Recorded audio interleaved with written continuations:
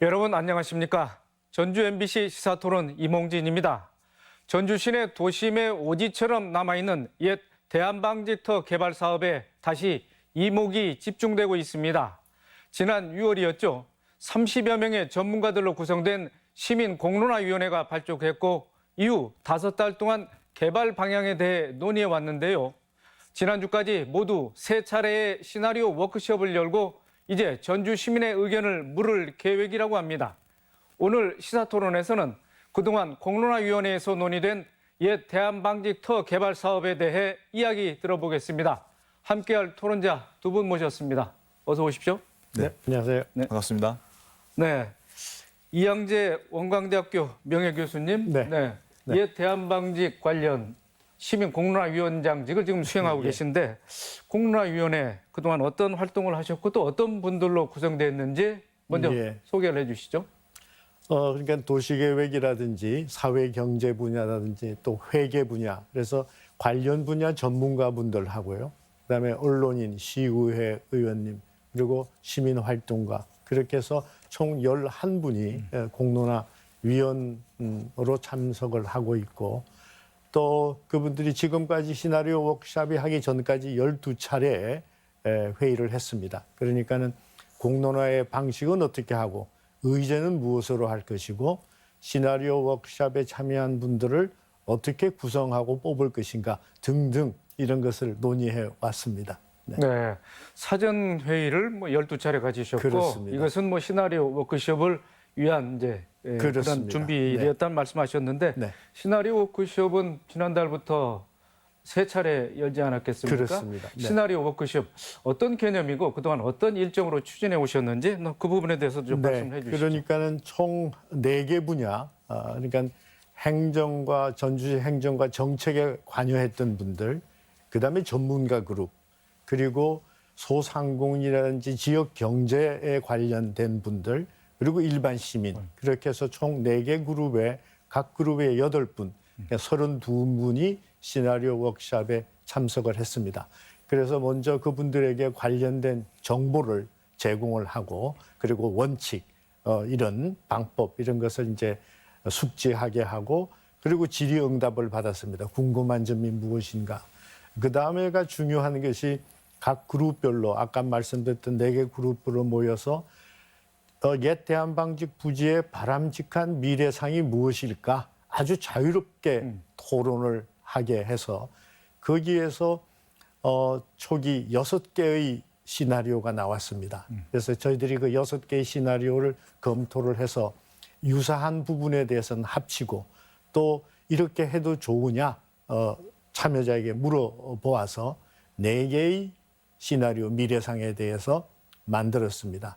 그래서 그 4개의 미래상에 대해서 이번에는 각 분야별로 참석하는 것이 아니라 그 미래상에 대해서 나는 저 미래상에 관심이 있다. 그러면 그 미래상에 참여를 해서 이번에는 그러면 그 미래상을 담기 위해서는 어떠한 컨텐츠가 담겨져야 하느냐. 이것을 또 토론하게 했습니다. 그렇게 해서 이제 그런 과정, 장단점을 분석하는 과정을 거쳐서 최종적으로 3개의 시나리오가 도출되었고 여러 설명을 하게 된 겁니다. 네, 이 자리에 전원수 주식회사 자강 회장님 나오셨습니다. 대한방직 예터 실소유자시고 3년 전에 이제 부지 매입을 했지 않겠습니까? 네. 또 전주시에 사전협의 신청서를 제출했는데 그동안 어떻게 사업에 진척이 있었다고는 말하기는 좀 어려울 것 같고 그동안 진척 내용을 좀 소개를 해주시죠. 네, 저희가 벌써 토지 매입을 한 시점이 2017년도 앞으로 한 달 보름 남짓 지나면 벌써 한 5년 정도 지나는 시기가 되겠습니다. 3년이죠, 3년? 예, 17년도부터 보면은 내년까지 가게 되면 한 5년 정도 되는데 일단 올해는 시민 공론화위원회가 구성이 돼서 여러 시민분들과 전문가분들께서 공론화 과정을 거치는 과정을 직접 청취하고 지켜봤고 지금 현재도 공론화 과정이 진행되고 있는 상태인데 좀 아쉬운 점이 있다면 저희 그 토지주이면서 사업 제안을 한 저희 당사자를 배제를 하고 다양한 전문가와 시민들의 의견을 듣는다는 거에 대해서 공감은 하지만 좀 그 부분에 대해서는 우리의 목소리도 있고 우리의 사업 계획도 있는데 좀 아쉽다라는 부분은 가지고 있고요. 하지만 이 공론 의원분들께서 내놓은 이 권고안이 도출이 되게 되면 저희 회사는 좀 더 구체적이고 면밀한 사업이 실현될 수 있도록 하기 위해서 객관적이고 또 시민들한테 정말 도움이 더 될 수 있는 방안이 무엇인가를 좀 고민하면서 준비하는 과정을 좀 거치고 있습니다. 네. 뭐 시청자들의 이해를 돕기 위해서 옛 대한방직 터는 어떻게 개발할 것이며 그 내용에는 또 무엇을 담고 있는지 아파트, 호텔, 상업시설 이런 정도는 이제 어림잡아 뭐 추측할 수 있는데 그동안 뭐 사업 계획에 또 변화가 있었는지 좀 말씀을 해주시죠. 저희가 이 대한방직 공장 부지에 대해서 처음 토지 매입을 하고 사업 계획을 제안을 할 당시에는 많은 고민을 했습니다. 아무래도 시민들께서 느끼듯이 이 대한방직 부지가 전주 서부 신시가지의 핵심 가운데 위치하고 있고 단순하게 주거 지역이라고 해서 아파트만 전부 짓는 거는 저희도 좀 반대 입장이었고 왜냐하면 지방에서 한 9천 세대의 아파트를 동시에 짓는다는 거는 좀 사업적 무리가 있고 또 이런 중요한 땅이 아파트만 짓기는 좀 아깝다라는 생각이 들어서 뭔가 시민들한테 직접적으로 도움이 되고 또 전주라고 하는 도시가 대한민국을 넘어서 아시아 전 세계적으로 위상을 가질 수 있는 부분이 없을까라는 고민을 하다가 저희 회사에서 그동안 쭉 그 시장 조사한 걸 토대로 했을 때 세계에서 아주 그 경쟁력 있는 관광 전망 타워를 하게 되면 충분하게 전주의 위상이나 시민들의 경제적에 상당히 도움이 될 것이다. 이런 어떤 기본적인 자료 분석을 통했고 그러다 보니까 주거에 필요한 주거 시설은 아주 필요한 부분만 짓고 나머지는 복합적인 도시계획을 수립을 해서 관광을 집적화할 수 있는 그런 관광 놀이시설 그리고 전주시에서 그동안 쭉 거론돼 왔던 컨벤션이나 아니면 문화시설 그리고 생태공원에 대한 부분을 좀 최대한 반영할 수 있으면 반영을 하자라고 한 부분이 저희가 2018년 4월 30일에 개발 계획을 발표한 타워 복합 개발 제안이 되겠습니다. 그래서 저희는 그 당시에는 타워 높이가 430m 높이였는데 이 공론 과정을 지켜보면서 뭔가 조금 더 세계적으로 위상이 있는 어떤 관광 타워가 돼야 되겠다. 그리고 인접해 있는 중국을 비교했을 때 중국 상해에 있는 동방명주가 463m입니다. 그래서 전주는 중국보다 더 큰 뜻을 가지고 있기 때문에 타워 높이를 470m로 해서 중국 상해에 있는 동방명주보다 더 높은 위상 그리고 더 많은 관광객을 전주로 끌어들임으로써 전주 시민들의 어떤 지역 경제, 소비 경제 그리고 일자리 창출들을 도모하는 것이 우리가 기업하는 사람으로서 어떤 그 지역에 기여할 수 있는 좋은 기회가 될 수 있다 이렇게 보고 타워 계획을 좀 소폭 수정을 했고요.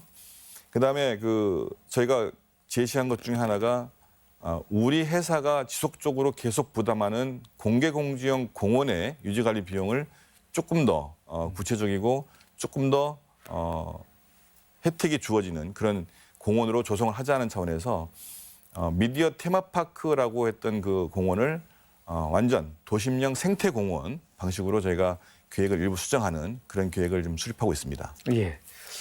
이렇게 어떻게 보면은 참 환상적이고 또 혁신적인 사업 계획안에 대해서 공론화 위원들이 자광 측에 설명을 많이 청취를 했을 것 같은데 네. 공론화위원회 측에서는 이런 자광 측의 제안에 대해서 어떤 입장 갈래를 처음에 어떻게 탔습니까? 기본적으로는 저희들이 옛 대한방직 부지의 미래상을 할 때 자광안에 대해서 논의를 해야 되는가에서 고심을 많이 했습니다.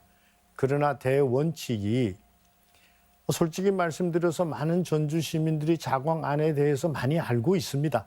그러나 바람직한 미래상이라고 하는 측면에서 좀 들여다보자. 자광안에 대해서 너무 얽매이지 말자.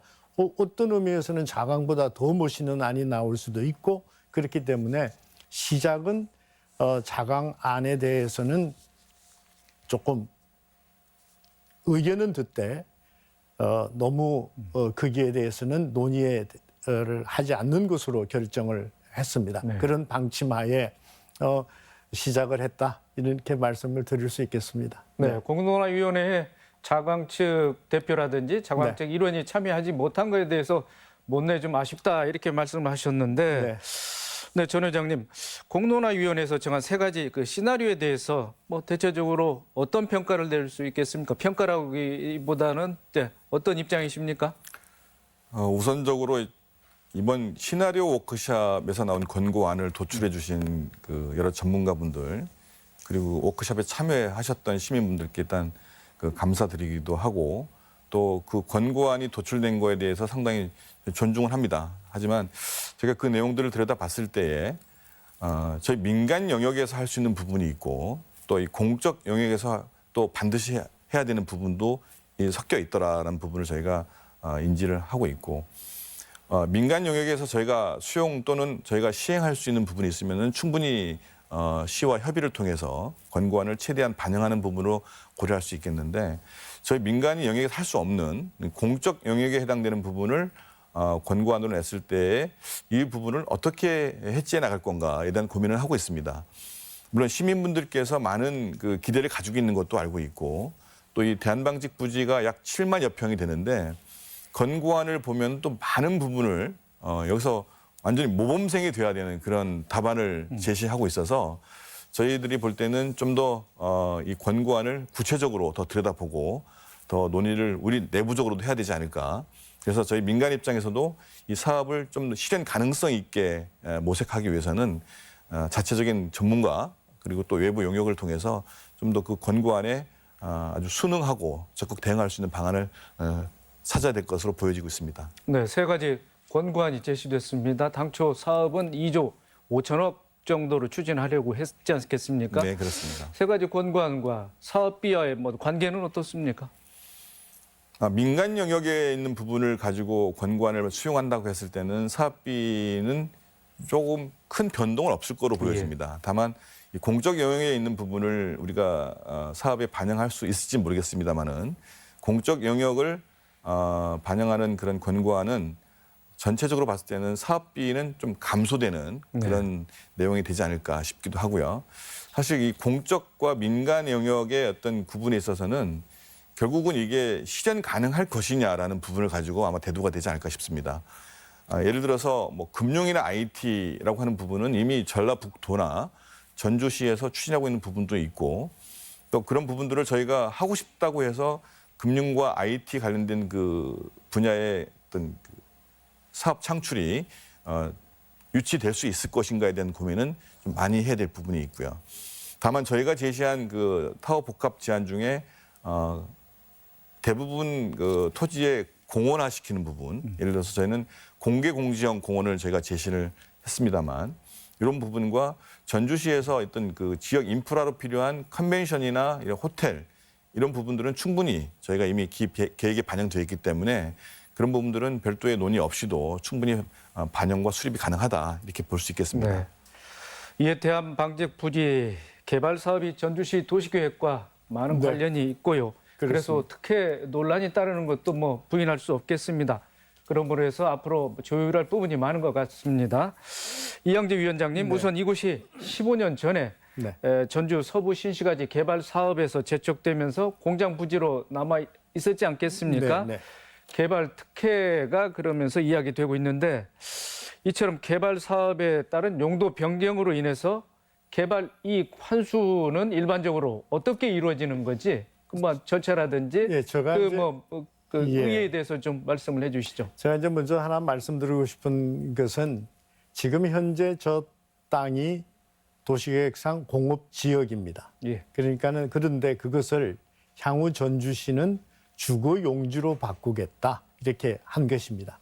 그러니까 공업 지역이 주거 용지로 바꾸어지는 것은 이제 법정 계획으로 되었죠. 그럼 그다음 단계가 뭐냐 그러면 주거 용지를 세분화하는 것입니다. 그러니까는 전용 주거 지역이냐, 일반 주거 지역이냐, 준주거 지역이냐.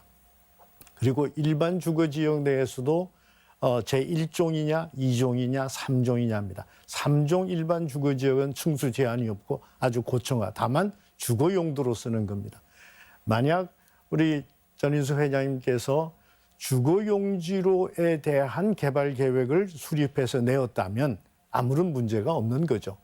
그런데 그 개발 계획 속에는 주거 용지가 아닌 상업 용지로 바꿔 주어야 하기 때문에 이게 특혜의 얘기가 있고 어떤 문제가 되는 겁니다.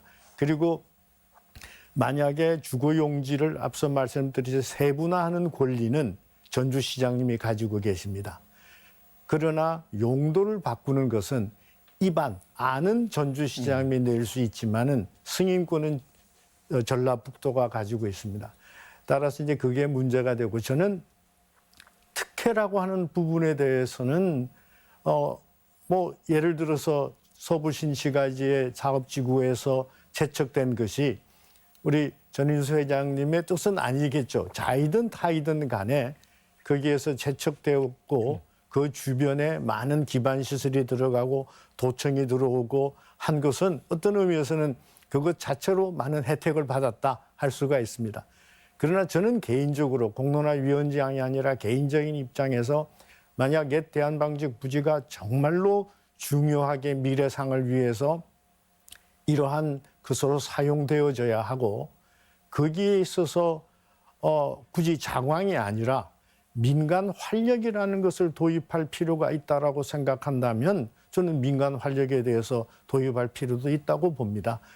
어쨌든 지금 현 단계에서는 주거 용지가 아닌 좀 상업 용지로 요구를 했기 때문에 그것이 법정 계획하고 맞지 않다라고 하는 문제가 제기가 되는 겁니다. 예. 네. 그러므로 해서 이제 민간 활력도 기하해야 되겠고 네. 또 시민들의 또 뭐랄까 이 개발에 따른 시민들한테 개발 이익을 또 네. 돌려줘야 되겠고 그렇습니다. 그렇다고 그러면은 네.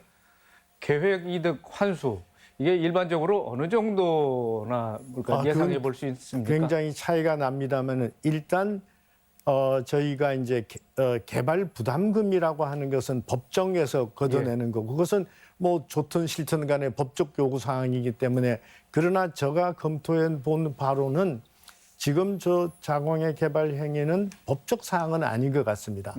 다만 만약에 종상향을 한다든지 아니면 용도를 바꿔주면 저희는 그것을 계획 이득이라고 얘기를 합니다.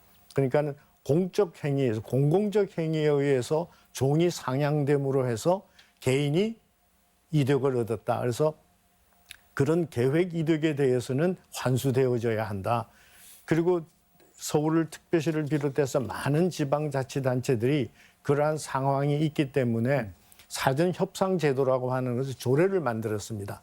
그래서 과연 얼마만큼 계획 이득이 생겼느냐 하는 것도 정확하게 계산을 하고 또 이것을 어떤 방법으로 받을 것이냐, 좀 금전적으로 받을 것이냐 아니면 땅으로 받을 것이냐. 그래서 그런 것들은 실제로 사전에 협상을 통해서 하기 때문에 또 그리고 시나리오 워크숍에 참여한 분들이 그런 계획 이득에 대해서는 반드시 좀 환수해야 되겠다. 강력하게 요구를 했고 또 그런 것을 제도적 장치로서 조례를 만들어 달라 하는 요구도 매우 컸습니다. 네. 네. 특혜 논란을 뭐 잠재울 수 있는 상쇄할 수 있는 계획 이득 환수. 그래서 우리 자광 측 입장은 어떻습니까? 일단 지역에서 용도 변경은 특혜다라고 하는 그런 바라보는 시각이 상당히 많습니다. 근데 용도 변경은 저희가 볼 때 이 용도 변경은 특혜라고 하는 거는 좀 오해다라고 저는 거꾸로 그 역설을 하고 있고요.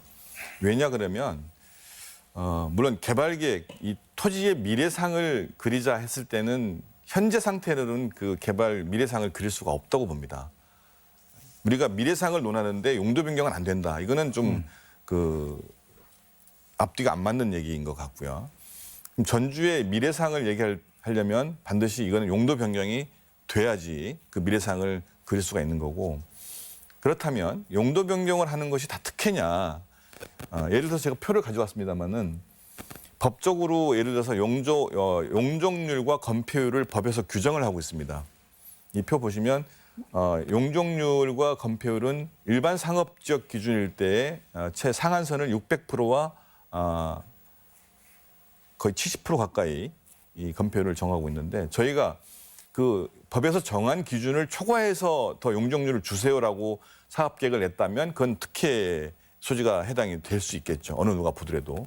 하지만 저희가 제안한 타워복합 개발 계획의 용적률은 오히려 현재 공업지역 용적률로 정해져 있는 350%보다 낮은 300% 이하로 제안을 하고 있고요. 국내 이 도심지 내에 있는 대규모 공장 이전 사업 같은 경우 사례를 보면 그 사례가 많이 있는데 통상의 공업지역을 개발할 때 주거지역 또는 상업지역으로 많이 개발을 했습니다. 그들의 개발된 용적률과 건폐율을 보면 거의 400% 육박을 합니다. 하지만 저희는 처음에 말씀드렸지만 이 토지 활용을 통해서 전주 시민들한테 뭔가 도움이 되자라고 했을 때 회사의 이득만 본 게 아니라 전주 시민과 전주시 모두를 아우를 수 있는 이 전략은 뭐냐면 우리의 이익을 상당 부분 포기하더라도 뭔가 이 전주의 미래상에 도움이 되는 거라면 용적률을 용도는 바꾸지만 300% 이하로 가지고 가자라고 하는 게 타워복합 제안인데 이 용적률과 건폐율을 보지 않고 무조건 용도 변경이 특혜다라고 말씀을 하셔서 저희가 이 부분을 그동안 여러 차례 설득 내지는 설명도 했습니다만 오늘도 역시 이 용도 변경에 대한 부분을 통해서 생기는 이익 법에서는 용도 변경했을 때 기부 체납과 개발이익 환수 등에 관해서는 이미 법령으로 다 정해놓고 있습니다. 전주뿐만 아니라 전국에 있는 모든 지자체에서는 이러한 법령에 따라서 개발이익 환수 내지는 기부 체납을 받고 있는 건데 여기에서 또 추가적으로 별도의 조례를 만들어서 이 개발 사업을 해서 얻는 이 사업자 이익을 계획 이익이라고 해서 이 계획 이익을 환수하자라고 하는 부분은 그럼 좀 반문을 하고 싶은 거죠. 이러면 사업을 손해 봤을 때는 그럼 그 손해액을 충당해 줄 것이냐라는 부분도 있는 거고 그 계획 이익이라고 하는 거는 결국은 또 용적률과 직결되는 건데 그럼 저희가 계획 이익을 낼 수 있도록 용적률을 더 주세요 하게 되면 그 전주시나 시민 공론화위원회에서는 우리가 제안한 300%를 초과해서 법적 한도인 600 그리고 인센티브를 적용했을 때는 700%에 가까운 용적률을 저희한테 준 다음에 그걸 통해서 생긴 계획 이득을 시나 시민들한테 돌려줘야 된다라고 하게 되면 이해는 충족될 수 있지만 그렇게 됐을 때는 이 타워복합 제안의 일단 개발 계획 전체 미래상은 틀을 깨지는 거죠.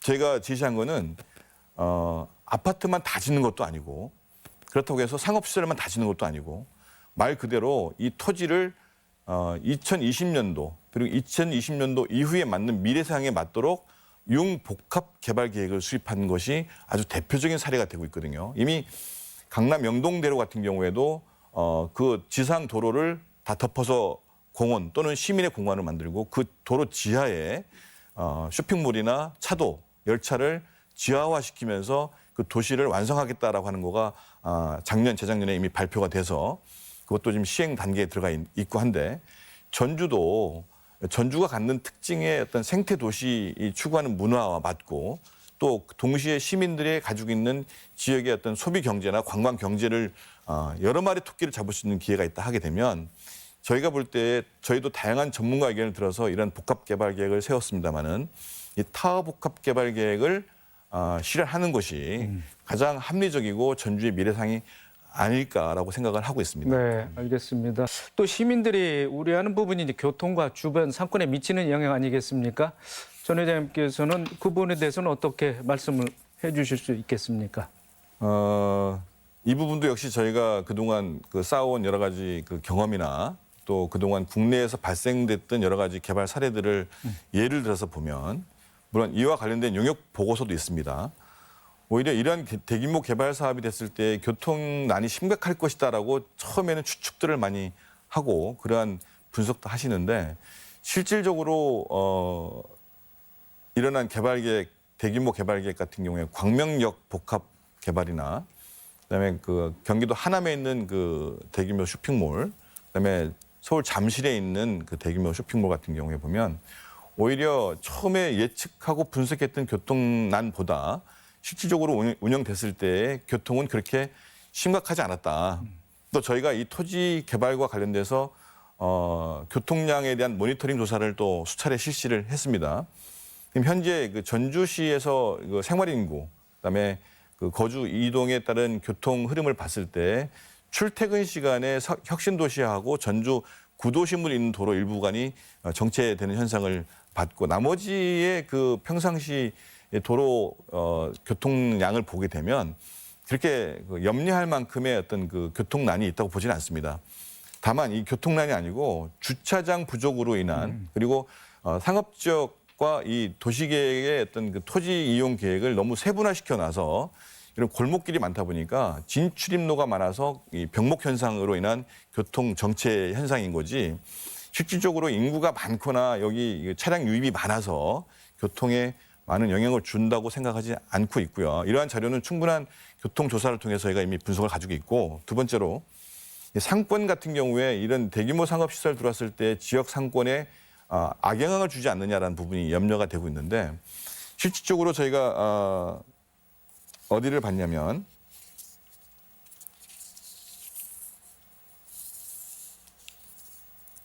그 한국유통학회에서 만든 보고 자료가 있습니다.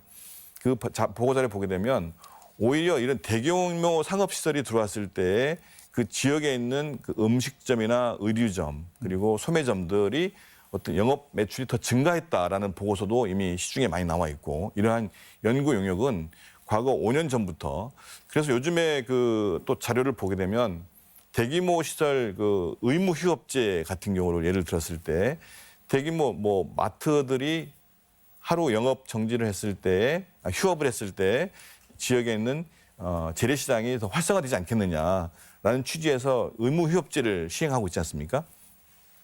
근데 실질적으로 의무 휴업했다고 해서 재래시장이 더 영업이 활성화된 것이 아니라 오히려 그런 대형 유통시설이 재래시장과 융복합으로 형성했을 때 매출은 더 급성장을 했다. 이런 그 정부 발표나 여러 가지 그 보고 자료가 있는 걸로 알고 있습니다. 그래서 저희가 이 타워 복합은 지역 시민들을 대상한 것이 아니라 전주시를 찾는 관광객을 대상으로 하는 그 시설이기 때문에 오히려 이 타워 복합과 연계한 대규모 상업시설은 관광 상업시설로서 지역 상권에 더 영향을 주면 더 많이 줬지 더 악영향을 주지는 않을 것이다. 이런 확신을 가지고 있습니다. 하여튼 긍정적인 효과를 더 부각시키는 자광치기고 이에 대해서 이제 전문가 그룹 도시계획이라든지 예. 지역경제 부분에서는 이 문제를 어떻게 제가 논의했습니까? 이제 이 자리가 앉아 있는 게 공론화 위원장으로서의 앉아 있고 도시계획 전문가로서 지금 찬반 토론은 아니기 때문에 참 자리가 어렵습니다. 다만 저는 이제 시나리오 워크숍에 참여하신 분들이 이런 우려를 했다라고 하는 것에 대해서 초점을 맞춰서 말씀을 드리도록 하겠습니다. 하나 지금 현재 옛 대한방지 부지 근처의 주간선 도로에 지금 공업지역이지만 가동되지 않는 상태에서 전주시 자료에 의하면 교통 서비스 수준이 EF입니다. F가 가장 열악한 수준입니다. 그러면 지금 현 상태에서 영향이 그다지 크지 없다고 하지만 저렇게 대규모의 어떤 게 들어왔을 때 영향을 안 줄 수가 없죠. 그것에 대해서 시나리오 워크숍에 참여하시는 분들이 굉장히 우려했다라고 하는 말씀을 드릴 것 같고 또 아까 말씀하셨듯이 용적률의 계산에 의해서만 법적 계산에 의해서만 용적률이 350% 이하지만은 교통에 미치는 영향은 그 지하까지 다 개발된 상태에서 영향을 미친다는 거죠. 그래서 단순히 지상에 올라와 있는 그 용적률만 보아서는 안 된다라고 하는 것이 그 참여하신 분들의 의견입니다. 두 번째 지역 상권에 대해서도 그게 시나리오 워크숍의 그 미래상과 컨텐츠에 분명히 나타나 있듯이 지역 상권과 상생하고 악영향을 주지 말아야 한다라고 분명히 못이 박혀져 있습니다. 그 당시 이 소상공인 분들이 굉장히 많이 우려를 했습니다. 틀림없이 영향받는다. 그래서 업종을 선정할 때 이러이러한 업종을 선정해 줬으면 좋겠다고 하는까지 의견을 제시했다. 이 말씀은 제가 분명히 드려야 될 것 같습니다. 네, 알겠습니다. 위원장님, 뭐 토론을 마칠 시간이 거의 또 됐으니까 시민 공론화위원회 앞으로 추진 일정을 좀 간단히 네. 언급해 주시죠. 지금 1,500 전주 시민 1,500분에 대한 전화 조사를 합니다. 이건 조사가 아니고 이 시나리오에 대한 의견을 묻는 것이 아니고 120분의 시민 대표단을 모집을 합니다. 그래서 이 지금 대한방직 부지의 문제 공론화에 대해서 인지를 하고 있느냐, 그리고 이 대표단 120분에 참여하겠느냐라고 해서 일단 120분을 모읍니다. 그러면 시나리오를 제시했던 그 참여자분 3개의 시나리오의 대표자를 선정을 했습니다. 그분들이 나는 왜 이 시나리오를 주장을 했고 왜 이러한 내용을 얘기했는가를 그 시민 대표단 120분에게 설명을 합니다. 그리고 그 시민 대표단 120분이 그룹을 해서 또 논의를 하고 그래서 그 3개의 시나리오에 대한 일종의 선호도 평가라고 하면 저는 그동안의 전체 과정을 다 종합해서 어떤 공론화위원회의 이름으로 이런 의견이 있었다라고 하는 것으로 시장님께 제출하고 마지막으로 전 과정에 대한 백서를 발간하는 것으로 최종 마무리됩니다. 네. 네. 네, 지금까지 옛 대한방직터 개발 관련과 해서 논란과 그 과제에 대해 짚어봤는데 마무리 발언으로 해서 우리 전은수 회장님 말씀 듣겠습니다. 예, 일단은 그 공론화위원회를 운영을 하시고 또 시나리오 워크샵 그리고 설문조사 전체적으로 진행하시는 위원장님 그리고 시민분들께 감사와 존중의 마음을 다시 한번 전해드리면서 대한방직 공장부지는 지금 현재 공장부지입니다. 폐 공장부지로서 아무런 그 영향을 주지 못하고 있고 경제적 효과나 아니면 시민들한테 어떠한 제공도 하지 않고 있습니다. 하지만 저희 회사가 제안한 이 타워복합 개발이 하루빨리 성사가 돼서 이 시민들한테 미래상이 될 수 있고 좋은 경제적 효과를 충분히 제공할 수 있도록 시민들의 어떤 뜻 그리고 마음을 모아주시면 저희는 염려하는 것을 다 불식시키고 충실히 이 사업에 매진해서 지역에 계속적으로 기여할 수 있고 또 이 미래에 함께 할 수 있는 그런 부지 활용 계획을 제시하도록 하겠습니다. 시민분들의 많은 응원 그리고 위원장님께서 앞으로 계속 수고 좀 기대하겠습니다. 네, 이영규 예. 위원장님. 네. 뭐 저는 전주 시민들의 옛 대한방직 부지에 대한 전주 시민들의 마음을 좀 이제 읽었다. 전체적인 방향. 그렇기 때문에 앞으로 자광과 전주시가 조금 더 마음을 내려놓고 더 전주시의 미래상에 대해서 한번 논의하는 시간을 충분히 가졌으면 하는 바람을 해봅니다. 네. 네. 오늘 시사토론에서는 시민공론화위원회에서 논의된 옛 대한방직터 개발 사업 방향에 대해서 토론해 봤습니다. 전주시 발전에 중요한 영향을 미치는 사업이다 보니 이달 말 시민들을 대상으로 진행되는 설문조사에서도 적극적으로 참여해 주시길 기대해 보고요. 전주시 도시계획과 잘 조화를 이뤄서 주민들의 삶에도 좋은 영향을 줄 수 있는 공간으로 만들어질 수 있길 바랍니다. 오늘 토론 여기까지입니다. 토론에 적극 임해주신 두 분, 끝까지 지켜봐 주신 시청자 여러분 고맙습니다. 다음 이 시간에 뵙겠습니다.